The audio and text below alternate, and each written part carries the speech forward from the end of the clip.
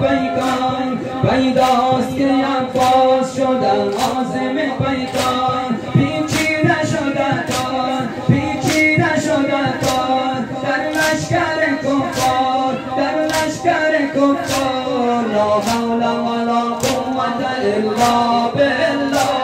لا حول ولا قوة الا بالله لا حول ولا قوة الا بالله گرد است به شمشیر برد کار تمام است گرد است به شمشیر برد کار تمام است عباس فقط منتظر اذن امام است عباس فقط منتظر اذن امام است آمد زهرم بای آمد زهرم بای آمد زهرم بای با مشک و علم بای لا حول ولا قوة الا بالله لا حول ولا قوة الا بالله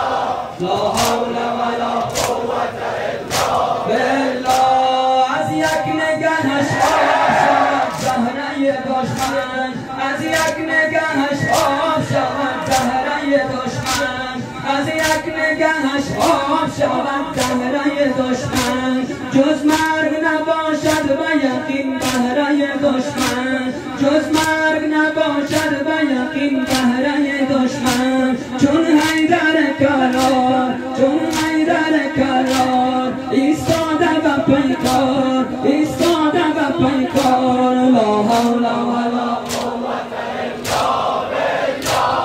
لا حول ولا قوة الا بالله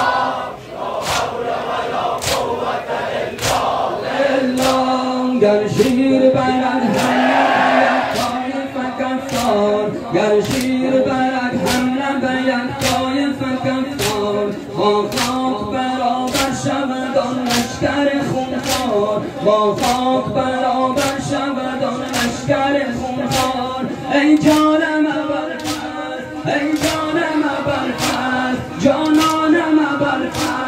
ای جانم برفت جانانم برفت لا حول ولا قوة الا بالله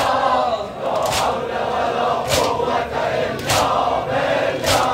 لا حول ولا قوة الا بالله بر روی زمین نشت و بسیار فتاده بر روی زمین نشت و بسیار فتاده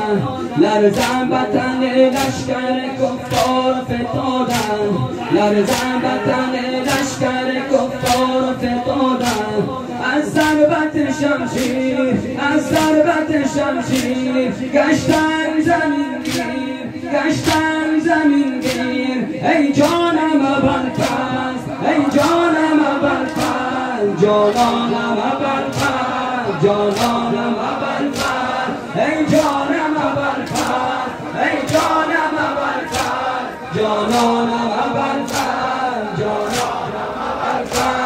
لا حول ولا قوة الا بالله لا حول ولا قوة الا بالله شمشیر کشیده پسر حیدر کرار شمشیر کشیده پسر حیدر کرار پیداست که عباس شده عازم پیکان پیداست که عباس شده عازم پیکان شمشیر کشیده پسر حیدر کرار شمشیر کشیده پسر حیدر کرار پیداست که عباس شده